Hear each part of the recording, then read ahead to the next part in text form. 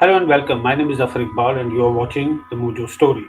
Pakistan is facing a major food crisis, and the threat of hunger looms large in Pakistan. Media reports say food inflation has peaked, leading to a shortage of food uh, items like wheat, edible oil, and pulses, which has hit the lower income and middle income groups the most. Videos have emerged of people fighting over wheat sacks. Reports also suggest one person has died. The flood situation in the country has just made things worse. Now, the government says the losses due to floods have been to the tune of billions of dollars. Recently, there was a donor conference in Geneva where the country managed financial assistance and pledged of $10 billion, most of that being loans. The question that we are asking, is it time for Pakistan to seek help also from India and to come out of the present crisis? And should India take a lead and step in to help Pakistan at this point in time? We're joined by an eminent panel to discuss this. We're joined by Major General Dhruv Katoch, who joins us from India, of course, from the India Foundation. Welcome to the show, sir. We're also joined by Dr. Abid Suleri, who is an economic analyst. He joins us from Pakistan. We are also joined by Yusuf Nazar, who's also an economist. He joins us. And in the course of our discussion, we'll also be joined by Ahmed Pansota, who's an advocate from Pakistan. But if I can start with you, Abid Suleri, what is the situation? We know that there is definitely a crisis in Pakistan as far as the economic situation is concerned, but it seems to be going from bad to worse. Course, there is an If you, economic yes, meltdown, and yeah, there is a problem over provision of food, especially wheat, especially on subsidized rate. yeah, Thanks God, so far there is no crisis for edible oil or pulses. So, yeah, but wheat is certainly a problem, and to me, it's partly a governance crisis and partly climate change crisis. It is a governance crisis because the government, after procuring it from the farmers, it releases the wheat to the flour mills on a subsidized rate. And more recently, what is happening that the flour mills, they are not grinding the whole amount of wheat that they get on a subsidized rate, thus creating a shortage of wheat flour. The second problem which is arising is the rate disparity between two provinces, Sindh and Punjab. So in Sindh, the wheat rate, the official rate, is 1600 rupees per 40 kg, is higher than in Punjab. So, and there is no official law which can ban interprovincial movement of wheat or interprovincial movement of wheat flour. So, what is happening that people, they are the flour mills, they are getting it from Punjab at a subsidized rate, and then they are selling it in Sindh, and in Punjab, the wheat flour supply, it is disrupted. And the third and important uh, contributor to all of this is, of course, the recent floods. Sindh contributes around 30% of Pakistan's wheat. Punjab contributes around 60% of Pakistan's wheat. And in Sindh's case, due to flood, the sowing for the next season, that would get disrupted, and availability for this season, that is disrupted. So, but if one looks at the flood affected areas, of course, 33 million people, and most of them, they are still homeless, they are still shelterless. And when Pakistan organized this conference last week, remember, it was not a donors conference, it was climate resilient Pakistan conference. And we need to, I think, highlight this very important point, that the countries which are getting affected by climate change, they are not asking for charity or donation. They are asking for climate justice, and right, they are demanding from a developed world, right, which used indiscriminate fossil fuel, which led to global warming, which led to yes. such crises that Pakistan had to face. So as Yes, we yes, yes. On a larger, of course, when we speak in larger terms, of course, that's there. But the prices have shot through the roof, obviously, of food commodities. Yusuf Nazar, is it a crisis that's a temporary one, or is it going to last for a pretty long time, and people are going to face the brunt of it? Thank you, first of all. Pakistan was already facing a serious economic crisis. Yeah, And of course, the floods have, aggravated the situation. Pakistan yeah, imports cooking oil, Pakistan wheat and pulses, and yeah, of course, it has been hit by the global inflation and the Ukraine war. But now, since Sindh province, which is largely an agricultural province, by and large has been hit, the situation is quite bad. And with the inflation, nearing in 30%, it can could go up. Pakistan does need help. Now, I would try to address the situation from India's viewpoint, if you allow me. And in India, I think the Indian leadership should help. And it is always a political question, I have no doubt about it. But Modi ji is among one of the most popular world leaders in terms of domestic approval ratings. Most likely, he will win the elections. Now, the question that the government of India should ask itself, that is this something they can just ignore, or is this an opportunity for them to at least try once again to make a gesture not to the government of Pakistan but to the people of Pakistan, that India does see the big picture. India does see that the subcontinent's overall well-being lies in peace and mutual cooperation, regardless of the bitter past that we have had. And I think from that viewpoint, it would make great sense, because look at the other geopolitical side. yeah, Pakistan, 30% of the external official debt is owed to China. And if Pakistan continues to go in this quagmire of debt, and of course, with all the multiple crises that it is facing, it will not be in India's interest to see Pakistan, you know, if you will, implode at some point of time. Because while I'm a Pakistani, we have to be realistic. Pakistan, of course, has, come to the brink of default. Some say it might have been saved at least for the time being, due to the monies that are coming in from the Gulf countries and due to the help by such as countries by China. But by no means yeah. it is out of the woods, and it is the people of Pakistan, I think, who are the victims of the climate change. And India has also faced Right, torrential right. rains, so it makes sense to help Pakistani people. Yes. So, of course, Major General Dhruv Katoj, we heard Yusuf Nazar making a passionate appeal for India to come forward and to help Pakistan, being in a state of crisis right now, to reach out to the people of Pakistan, if not to the government of Pakistan. Do you think time has come for India to really step in and do something to help the people there? Well, thank you. You see, both of the panelists earlier, I totally agree with what they have said. There is no gainsaying that there is a problem in Pakistan, right? It has really started. I mean, it has really become very serious because of the wheat shortage specifically. But you see, there is a slight problem here now. When we say reach out to the people of Pakistan, how do you do it? You can only reach out to the people of Pakistan through the government of Pakistan. There is no other way, right? So Yeah, whatever India does will have to be done with the government of Pakistan. There is no yeah, other way of doing it. If if yes, I want to send something to Pakistan, it has to go through official channels. There is no other way. So if that is going to be the state, then ultimately it has to be a government to government dealing, and this is where I think serious problems come in. You see, many years ago, when an earthquake took place in Gilgit Baltistan, India extended help and Pakistan objected to it.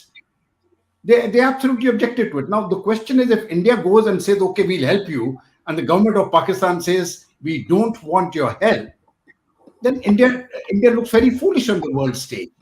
So Yeah. ultimately, I think as far as assistance is concerned, I'm absolutely certain if the government of Pakistan asks for assistance, the government of India will provide it, regardless of which government it is, whether it is Mr. Modi as Prime Minister or anybody else. That assistance, I've got no doubts, will be provided. But I think that assistance has to be asked for, because if addressing a very important political issue, if Pakistan doesn't ask for help and India provides it unilaterally, and the Yeah. government of Pakistan says we don't want it, Yes. then internally it becomes a very, very hot political potato to handle. You know, Absolutely. uh, it'll be ridiculous on the part of whichever political party which is doing it. They'll be laughed at. And that, I think, is something which nobody is prepared to take a risk for. So Yes. in this stage, I think we have to be very, very cautious. Uh, but there's one more point as far as the Pakistan crisis is concerned. You see, there are three aspects to this crisis. One is economic, the second is internal security. I have my own assessment is Pakistan will be able to handle both of these issues in due course of time. It is a resilient country. But the third issue which is coming up, which I think they will have very serious problems in handling, is the internal political instability which has been caused. Yes, And yes, we'll come to that, but let's get a view from Pakistan, if we may. Ahmed Suleri, the request has never come from Pakistan for help from India, and Major General Dhruv Katuch is right. Suppose if India unilaterally, extends a helping hand and it's being rejected, that will not look very good. What is the big deal? Pakistan is in a state of crisis. Why doesn't it seek help from India? You see, there are already regional platforms which can be used very effectively. For example, we have SARC Food Bank, we have SARC Yeah. Disaster Management Fund, and we have many other regional forums that can be used in case of need in any of the South Asian country.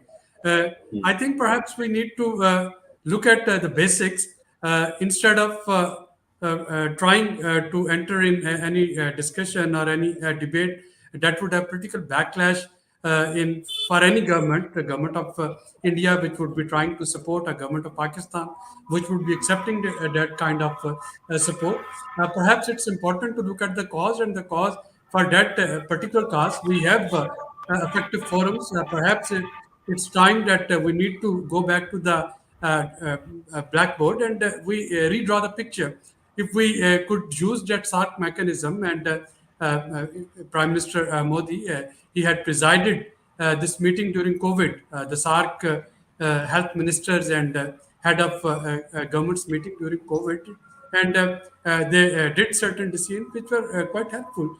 So similarly, if the region is now facing the problem of climate change, if my suggestion would be that we need to go back to the some of the established forums and let's activate them. That's why those forums are there for SARC Food Bank, SARC Disaster uh, Preparedness Right. Fund, and many others.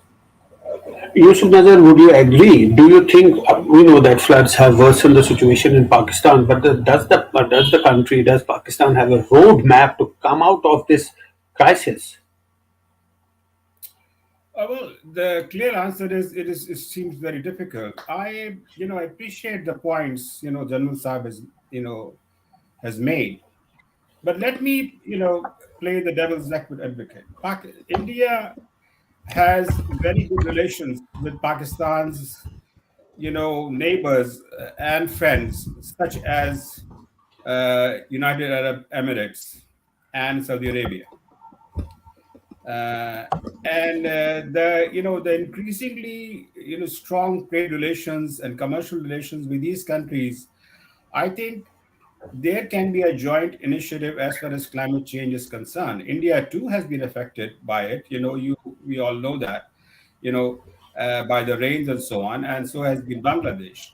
So it is in the region's interest to do something about the climate change, and countries such as Saudi Arabia and the other Arab countries, who are oil rich, they also have a stake because they have also ties with the subcontinent.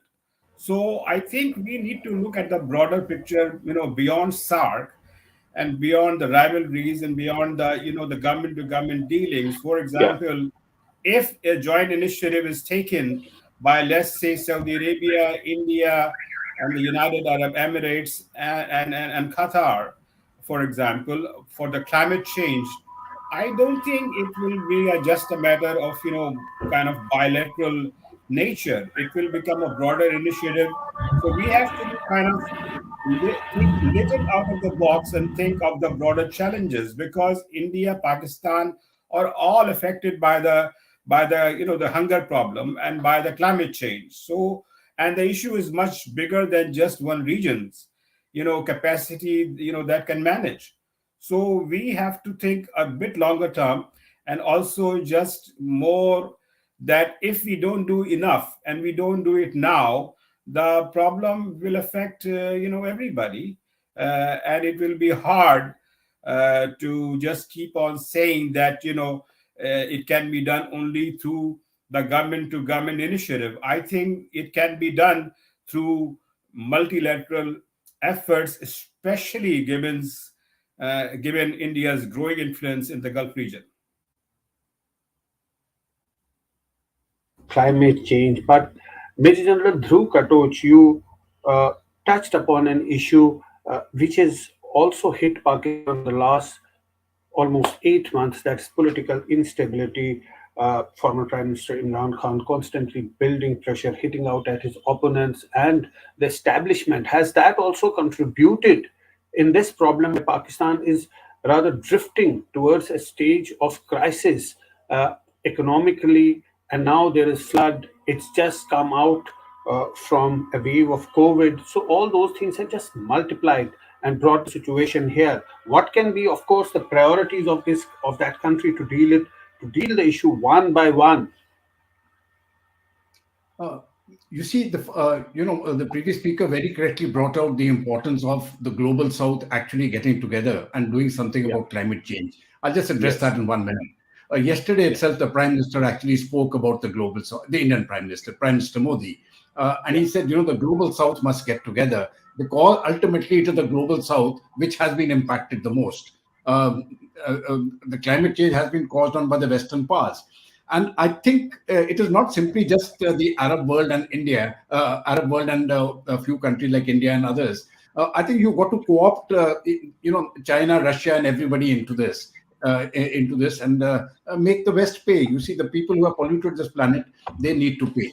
Now, getting back to the immediate problem in Pakistan, I have studied Pakistan for quite a long time, and they have the capacity, they have the resilience to sort out these problems. The economic crisis will go away over some time. They'll be able to handle it, but that is only if they can resolve the political problems. And I'm Yes. afraid I can't see any light at the end of the tunnel because Imran Khan has got a very strong following within his followers, and this political instability will not let any initiatives be made to resolve issues, Yes. especially Yes. internal issues. Now, Yes. how are they going to address it? Because the army is going to be overstretched, and when the army gets overstretched, the militancy raises this ugly head once again. So, how much can the army do?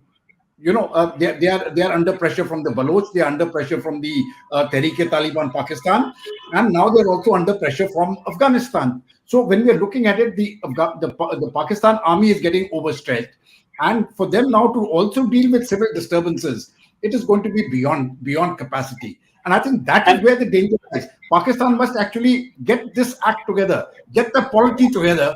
I think the rest everything will fall into place. They'll be able to get out of Doc- it. Dr. Abid Suleri, would you agree that we've been talking about the climate change, the floods, but here is the elephant in the room, the political instability in Pakistan. We see what's happened in the last 8 months. Do you think some sort of a resolution for that will automatically solve the crisis of that country? Well, no sane person can deny the fact that political instability is haunting Pakistan and is actually one of the main reasons of many turmoils that Pakistan is facing today. The solution that I can see is that now, while Imran Khan's party has already requested for a dissolution of Punjab's assembly, the provincial assembly, and has also announced that they are going to dissolve the KP assembly as well. So if these two assemblies are being dissolved, perhaps Pakistan would be inching towards new elections. And of course, it's up to the voters, whoever they elect. But ultimately, it's a matter of a few more months that Pakistan would be able to find and elect a new government. And then that government, of course, would have a full mandate of delivering on many of the unpopular and decisions that Pakistan has committed with the IMF, which needs to be done to uh, get back to economic recovery path. And I think it's now a matter of time, unless and until these provincial assemblies were not dissolved. It seemed that this chaos it would linger on, but now it seems that the elections they would be near, at least the provincial government, and followed by the federal government. So let's see how things unfold here. But I agree with the analysis of General Saab.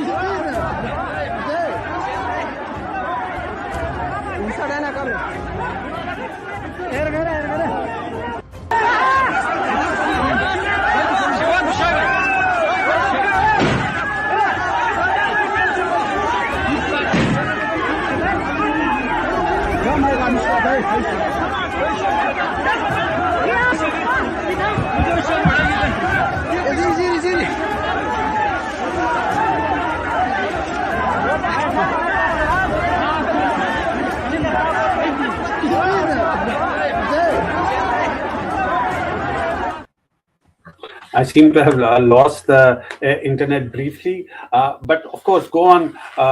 Yusuf Nazar, you were making a point that we are talking about political instability in Pakistan and how it's impacting the economic crisis there.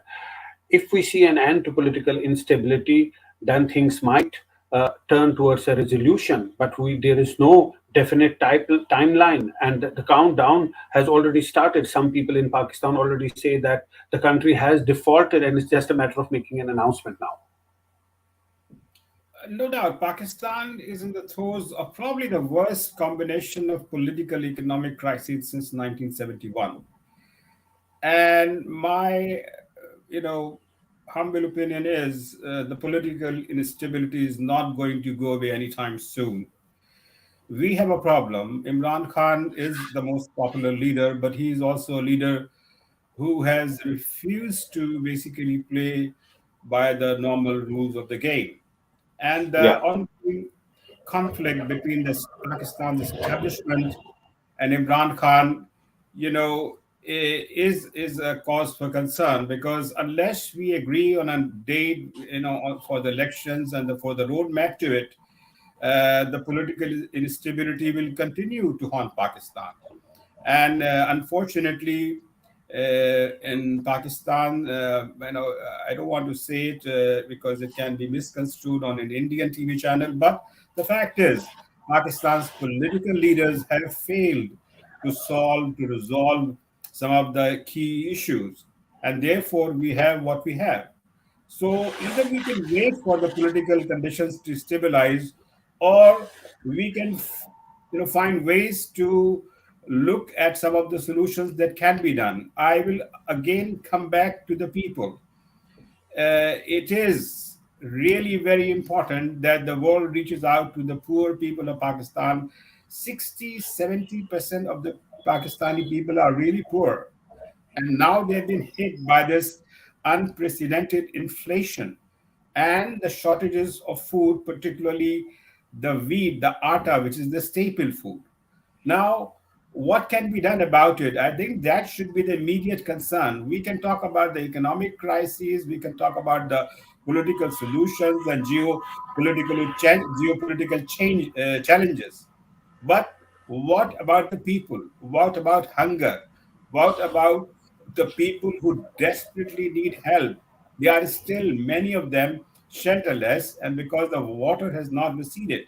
So I think it is time to rise to that challenge and see what can be done and pose the question to ourselves as well as to our leaders.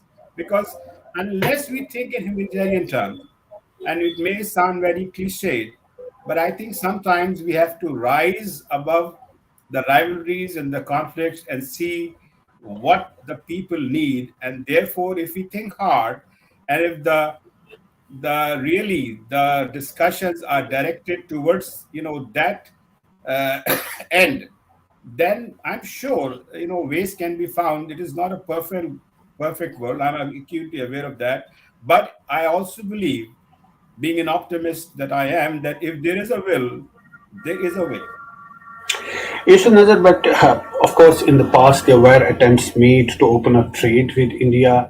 In fact, there was a cabinet meeting on that during Imran Khan's time, and then it was cut away. You see, there is politics always, internal politics. But you talk about measures. Shouldn't one measure be that let's keep politics aside, let's try and seek help from countries. India is a neighbor, a big country can help. Seek help from India. What's the difficulty there? That can be an immediate measure. You say that long term, we can talk about that later, but immediately the country needs, the people of Pakistan need help. But that's not happening here. No party in Pakistan is willing to do that. You're right. I mean, I don't think that's going to happen, to be honest. And I Then how cannot will the see. situation resolve? Then how will the And you know? Yes, let me put it this way. yeah, India is the fifth largest economy in the world. yeah, India is a major global player. yeah. India has a stake in a peaceful and stable Pakistan. I think Indian leadership should also ask. It is no longer a regional kind of power. It is not 1977. The lot has changed since then. So my really question is, oh, India should ask itself. I think it is in India's own interest to have stable neighbors. Look at Sri Lanka, look at Pakistan, and look Yes, at yes. beyond that at Afghanistan. Is it something that we want to have ideally in South Asia? My answer is no.